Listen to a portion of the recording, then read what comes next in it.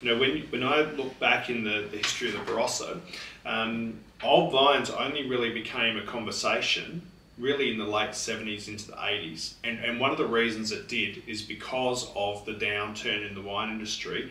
A lot of farmers were looking to rip out their vineyard.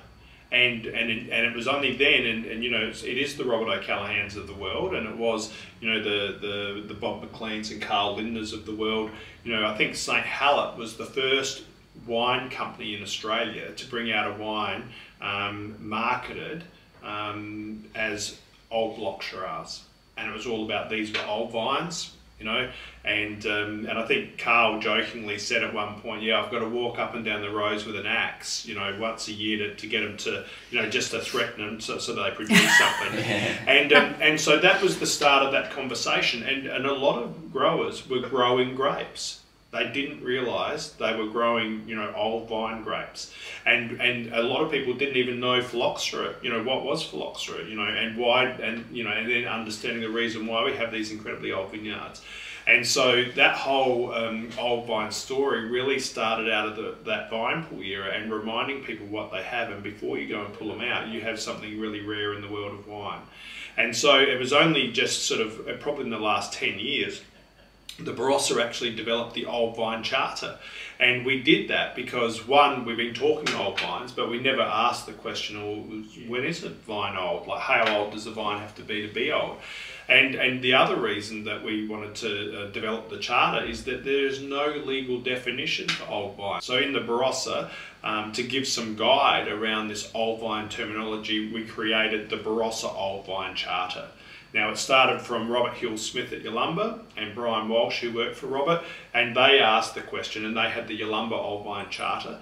And then the Regional Association, which is a volunteer organisation, it was taken to them and said, guys, you know, we need to endorse this. We need to be promoting this as part of our heritage and part of our story. And so they created the four chapters of the Old Vine Charter, and any vineyard that's between 35 and 69 is classified as old vine. You know, when a vine is around 35 years of age, they feel they're quite mature, the roots are very well integrated into that soil, the consistency is definitely there. In fact, in some areas, I think of Europe, they start pulling them out at 35 because of the yield, so they'd start to replant. Then we have 70-year-old vines to 99, and we call them survivor vines. And the reason they're called survivor vines is they actually survived the vine pool era of the 1980s. They managed to get through those dark days and the threats of, you know, I suppose a bounty to a grower if they pulled those vines out back in 1985. Then we have centenarian, you know, 100 to 124, 100 being that milestone.